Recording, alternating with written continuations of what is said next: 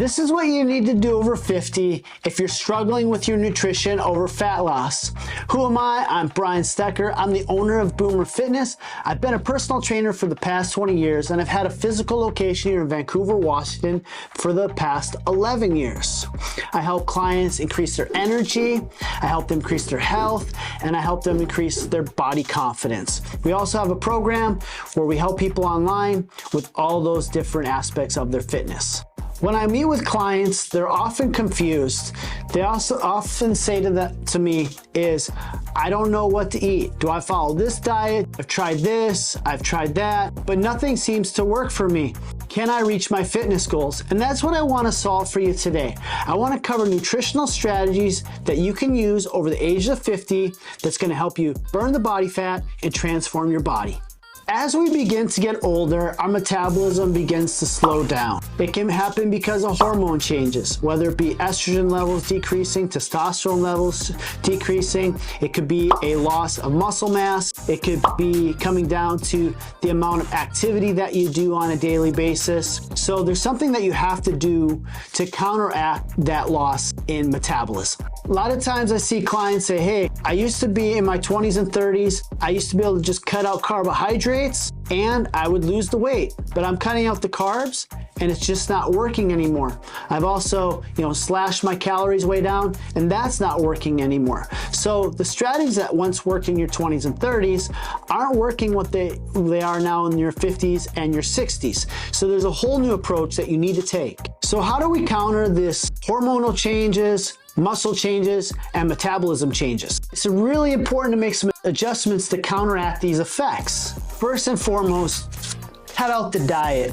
I really want you to focus on getting whole foods. The number one thing that helped my clients over the age of 50 is increasing their protein intake, getting their protein to 0.7 grams to 1 gram per body weight. We need to do that to help us preserve our muscle mass. And the other thing that's going to counter what you're experiencing in those crash diets. It's going to help you stay full. The second thing is we want to incorporate foods with fiber. So there's some carbohydrates that have fiber.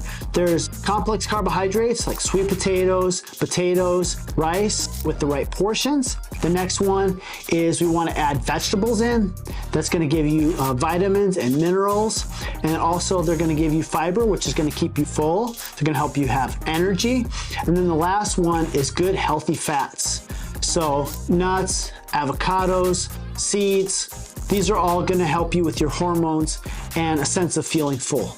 It's really mindful to start focusing on portion sizes. When I was doing measurements with a client this week, their composition wasn't changing. And when we took a look at it, their body composition was changing because they were tracking their portion sizes. And then when we checked in on their measurements this week and they didn't change, we noticed that we got away from our portions. Some easy ways to focus on portions. So for protein, for a guy, you want to have about 3 to 5 servings of the palm of your hand. For women, same thing, 3 to 5 servings. Carbohydrates, about a fist. And then for fats, you're going to have about 2 servings of your thumb size.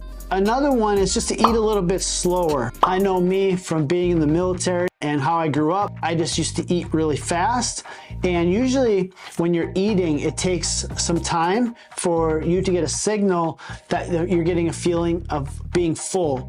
So one thing I've been more mindful of is just eating more slowly. And by eating more slowly, what you're gonna do is you're gonna start to notice your hunger cues. When you're full, you don't keep on putting the food down, which is gonna help you limit your overall calorie intake. A lot of the times your body gives you these other kinds of signals where you think you're hungry. One of them for me that I notice when I've done different athletic events and competition is when I got hungry, I felt hungry when I was dehydrated. I would just start feeling really, really hungry. And when I look over my day, I was like, how much water have I had? And what I saw, I wasn't getting enough water. A really easy strategy that I found for water is first thing in the morning after sleeping, I'll have a 16-ounce bottle of water with some element electrolytes. What that's going to do is help me rehydrate, because when you sleep throughout the night your body is not getting any water for a 7 to 9 hour period. Also, what's happening is you're sweating, you're perspiring in your sleep, you're breathing, your body's cooling itself. You're dehydrated when you wake up in the morning. So just have yourself 16 ounces of water, have some water first thing when you wake up. And then you want to look at taking your total weight and multiply it by 0.6 and then drink that much in ounces. So if you weigh 100 pounds, try to drink 60 ounces, or if you're 200 pounds, drink 120 ounces a day. That's gonna help you with your hunger. Another sneaky one that gets in there is sugar. So when you're having a lot of sugar, it can lead to inflammation and it can lead to spike your insulin levels, but also it's going to trigger you to be hungry even more. So just be mindful of high sugary foods that you're eating. That's going to help you keep your hunger down. So let's put it all together. If you're going to achieve these goals, I tell all my clients to focus on making sure this is sustainable. Okay? This isn't a quick fix, fad diet where you do it to 6 weeks, 12 weeks, lose the weight, have the event, and it's done. This is something that you're going to do for the rest of your life. So what we want to do is create some really good habits and some rituals so that way you can maintain this. So here's some really quick sustainable habits. The start of the week, say on Monday, log all your foods ahead of time. Look at how many calories you took in and make sure you're hitting your calorie goal. And then look at what you ate that day. And then really simple, just eat the same thing every day. What that's gonna do is it's gonna help you hit your calorie target. You're gonna eat foods you enjoy. And also if there's any deficits in there, you can see what you can fill in. That's the first one. Another one is set a specific day every week, whether it be Sunday, Saturday. We do this at the gym here. We do this with online clients, is we set a day where we meal prep. We go out, we grocery shop, or we use our Instacart where they deliver the food to our house. And then we just prep up all the foods. And an easy way to do that is pick a breakfast, lunch, dinner that you like for that week, prep it all up, and then it's got a good protein, a carb, a good fat, and then eat those meals the same for that week. And then the next week, if there's something in there you didn't enjoy, you can mix it up. Pick a new protein, pick a new carb, pick a new fat, and prep it for the week. And what you'll find over a 12-week period of time by prepping your meals and trying some new recipes for the week is you're gonna start finding what you like so you can sustain it over a long period of time. If you like help with that, down below, you're gonna see a link, and I put together some of the best foods that you can eat and some of the best foods you can meal prep with. Just enter your email and I'll send that right over to you. Remember, there's no perfect diet. What you wanna focus on is consistency over perfection.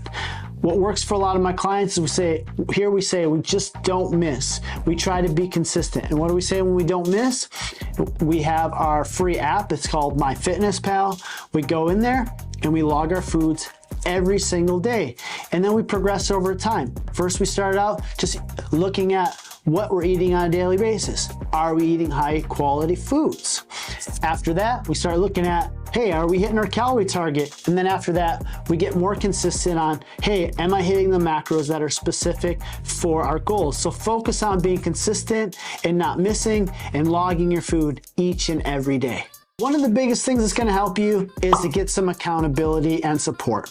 A lot of times I see clients right around the 3rd week when they're doing it on their own, and this is what I hear from them firsthand, is they go through it the first 3 weeks.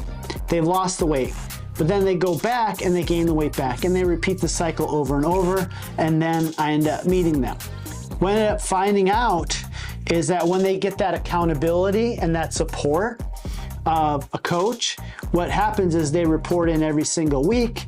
They make sure that they're staying on track. So why it's so effective is even if you have a week where you're, quote, not perfect, your coach quickly says, hey, I want you to focus on these things. When you're focusing on these couple things, you get back on track. You lose a couple pounds this week, you gain a little bit of muscle. The next week you do the same.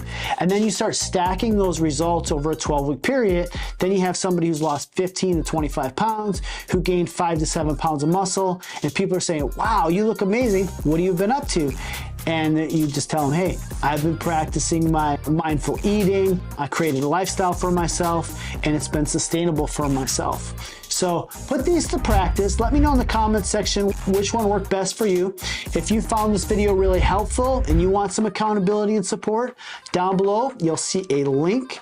Just click on that link and it'll be a 15-minute call with you and I, and we can see how I can help you out. Have yourself a great day.